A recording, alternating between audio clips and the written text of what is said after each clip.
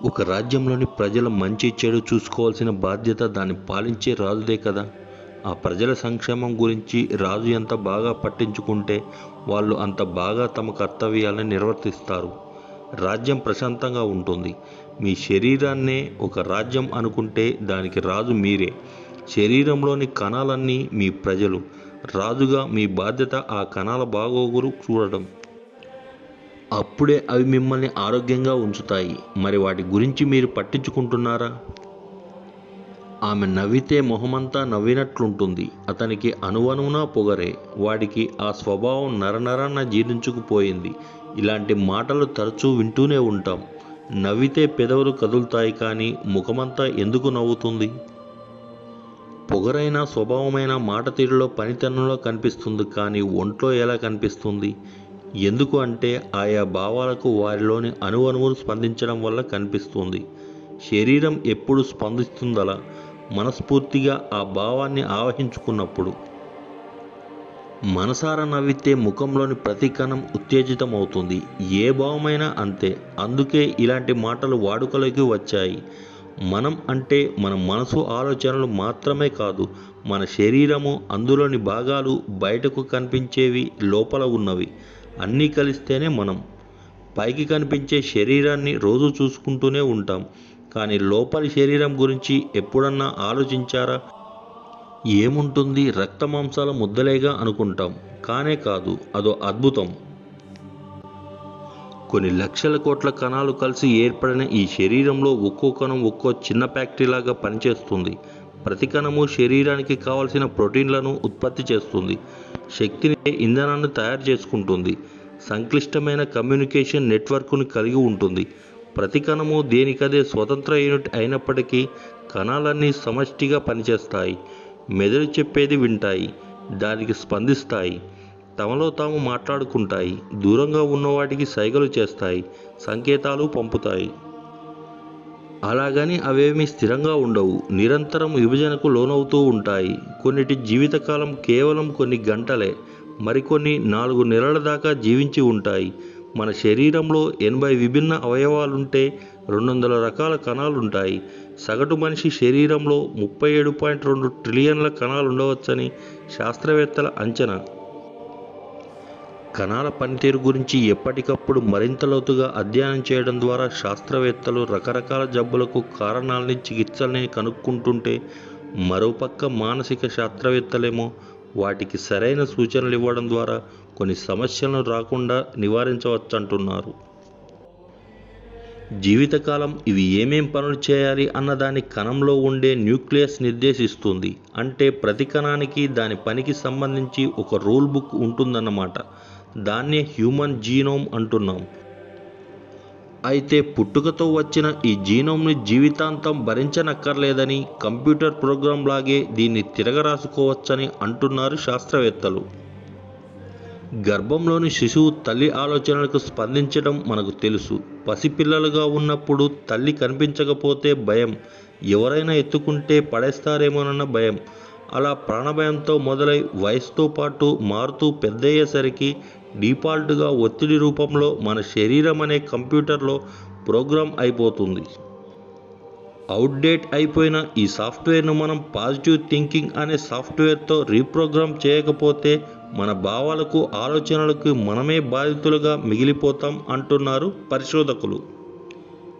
Gene editing లాంటి ప్రక్రియలతో అటు వాళ్ళు మెదడుకి ఇచ్చే సూచనలతో ఇటు మనస్తత్వ శాస్త్రవేత్తలు ప్రయోగాలు చేస్తున్నారు. మన శరీరంలోని కోట్లాది కణాలు మన మాట వింటాయి, మన ఆజ్ఞ కోసం ఎదురు చూస్తుంటాయి. మనం చేయాల్సిందల్లా కెప్టెన్ లాగా ఆజ్ఞలు ఇవ్వడమే. అనురూపంలోని ఈ సేవకులన్నీ దాన్ని ఉత్సాహంతో ఆచరణలో పెడతాయి. అది నోటి మాటలాగానే చెప్పనక్కర్లేదు, మనసులో ఆలోచనగా ఉన్నా చాలు. నాడీ వ్యవస్థ ద్వారా మొత్తం శరీరంలోని కణాలన్నింటినీ చేరుతుంది. మీరు ఒక జలాంతర్గామికి కమాండర్గా ఉన్నారనుకుందాం. పెరిస్కోప్లో నుంచి చూస్తే ఎదురుగా పెద్ద మంచు కొండలు, రెండు పక్కల పొంచి ఉన్న శత్రు సైన్యం, వెనకాల ఏముందో తెలియకుండా దట్టంగా మంచు కనపడతాయి. ఇదే నివేదికను మీరు లోపలున్న వాళ్ళకి పంపిస్తారు. వాళ్ళు బయటకు చూడలేరు కాబట్టి మీరు చెప్పిందే నమ్ముతారు. అన్ని పక్కల సమస్యలే ఉన్నప్పుడు చేయగలిగిందేముంది? అనుకుని నిరాశతో ప్రయత్నమే చేయకుండా శత్రువుకి లొంగిపోతారు. అచ్చం ఆ సబ్మెరైన్ కమాండర్ పంపినట్లు నెగిటివ్ రిపోర్టు నిత్యం మన కణాలకు పంపుతున్నాం. తెల్లారి లేస్తే మనకెన్నో ఫిర్యాదులు. ఆరోగ్యము, ఆర్థిక విషయాలు, పిల్లలు, పెద్దలు, ఉద్యోగము, వ్యాపారము, ఏదో ఒక ఫిర్యాదుతోనే రోజు మొదలవుతుంది. మాటల్లో వద్దు, కాదు, కూడదు లాంటి పదాలు, నెగిటివ్ వాక్యాలే ఎక్కువగా ఉంటాయి. నా వల్ల కాదు, నేను చేయలేను, నేను భరించలేను లాంటి మాటలతో మనకు తెలియకుండానే మనని మనం నియంత్రించుకుంటాం. కొందరు ఆరోగ్యం గురించి రకరకాలుగా తమకు తామే ఊహించుకొని పెద్ద పెద్ద రోగాల పేర్లు చెబుతుంటారు. అలాంటి మాటల్ని ఎన్నోసార్లు విన్న కణాలకు అది సజెషన్ లాగా అనిపిస్తుంది. దాన్ని వారి కోరికగా భావించి అమలు చేసేస్తాయి. అలా కాకుండా నాకేం దిట్టంగా ఉన్నాను, దేన్నైనా జీర్ణించుకోగలను అన్నారనుకోండి, అప్పుడు పొట్టలోని కణాలు కూడా అలాగే పనిచేయడానికి ప్రయత్నిస్తాయి. మనమేమో ఏదైనా సమస్య ఉంటేనే దాని గురించి మాట్లాడుతాం, కానీ అంతా బాగుంటే అసలు శరీరం గురించి పట్టించుకోం. వ్యసనపరులను చూస్తూనే ఉంటాం కదా, అలవాటైపోయిందని, అది లేకుండా ఉండలేమని మనస్ఫూర్తిగా నమ్ముతారు. అందుకే ఉండలేరు. అలాంటి వారిని ఆ వ్యసనం నుంచి విముక్తుల్ని చేయాలంటే వైద్యులు ముందుగా అడిగేది అలవాటు మానుకోవడానికి సదరు బాధితులు సిద్ధంగా ఉన్నారా అని. అలా వాళ్ళు దాన్ని మానుకోవడానికి అంగీకరించి అందుకు మానసికంగా సిద్ధంగా ఉంటేనే దానికి కట్టుబడి ఉండేలా మందులు తోడ్పడతాయి. అంతేకాని మనసులో నయమవ్వాలన్న కోరిక లేకపోతే కేవలం మందులతో ఏ చికిత్స నయం చేయలేదు. ఎవరైనా మనల్ని ఎలా ఉన్నారు అని అడిగితే బాగున్నాను అని చెబుతాం. మర్యాదగా అడిగినందుకు సమస్యలన్నీ ఏకరువు పెడతామా ఏంటి? కానీ నిజానికి అలా పాజిటివ్గా సమాధానం చెప్పడం ద్వారా తెలియకుండానే మనకి మనం మేలు చేసుకుంటున్నాం. బాగున్నాను అన్నమాట మనలోని ప్రతి కణము వింటుంది.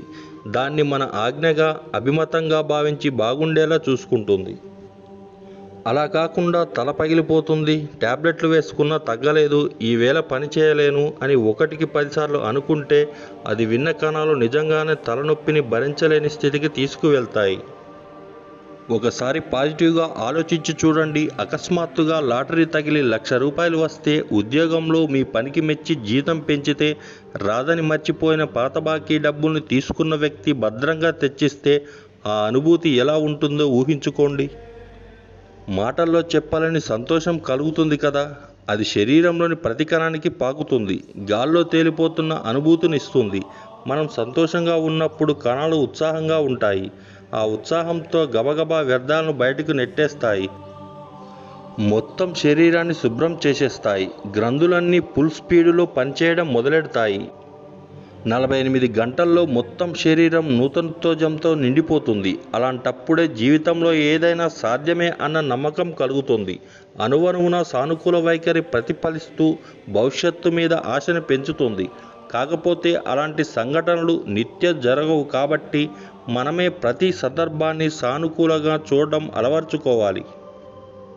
అందుకే శరీరంలోని కణాలకు కూడా మంచి సూచనలు ఇవ్వండి, ప్రోత్సహించండి, లబ్ధి పొందండి అంటున్నారు శాస్త్రవేత్తలు.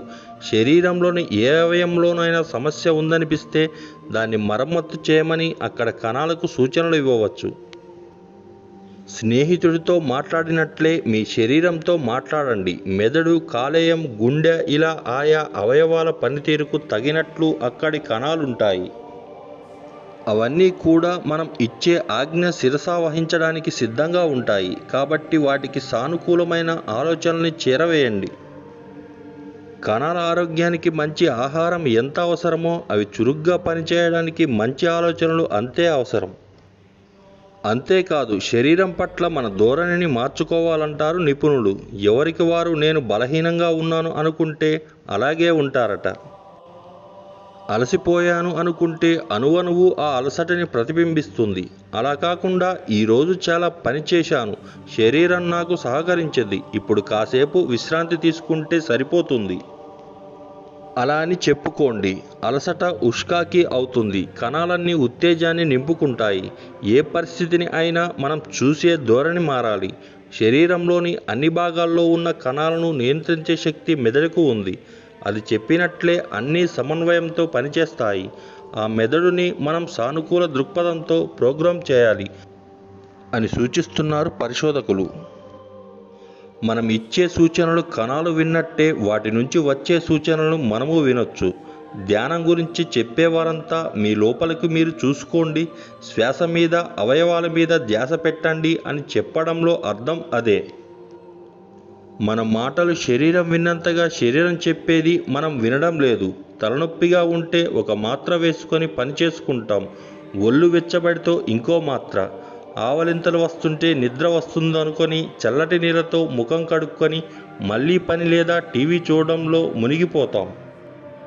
అంతేకాని దానికి కారణం ఏమై ఉంటుందన్న ఆలోచనే రాదు. శరీరానికి చాలినంత నీరు అందకపోయినా, అజీర్తి చేసినా తలనొప్పి వస్తుంది. తలనొప్పికి 1,00,000 కారణాలుంటాయి. మనం వేసుకునే మాత్ర తలనొప్పిని తగ్గిస్తుంది, కానీ దానికి కారణమైన సమస్య అలాగే ఉంటుంది. మామూలు జ్వరం 2 రోజుల విశ్రాంతి తీసుకుంటే తగ్గిపోతుంది. ఆ అవకాశం కూడా ఇవ్వకుండా మాత్రలు మింగేస్తాం. మెదడుకి ఆక్సిజన్ తక్కువైనా, ఉష్ణోగ్రత ఎక్కువైనా ఆవలింతలు వస్తాయి. ఉన్న చోట నుంచి లేస్తే కాస్త తాజా గాలిని పీల్చుకుంటే సర్దుకుంటుంది. Thanks for watching. మరిన్ని వీడియోస్ కోసం మా ఛానల్ని సబ్స్క్రైబ్ చేసుకోండి.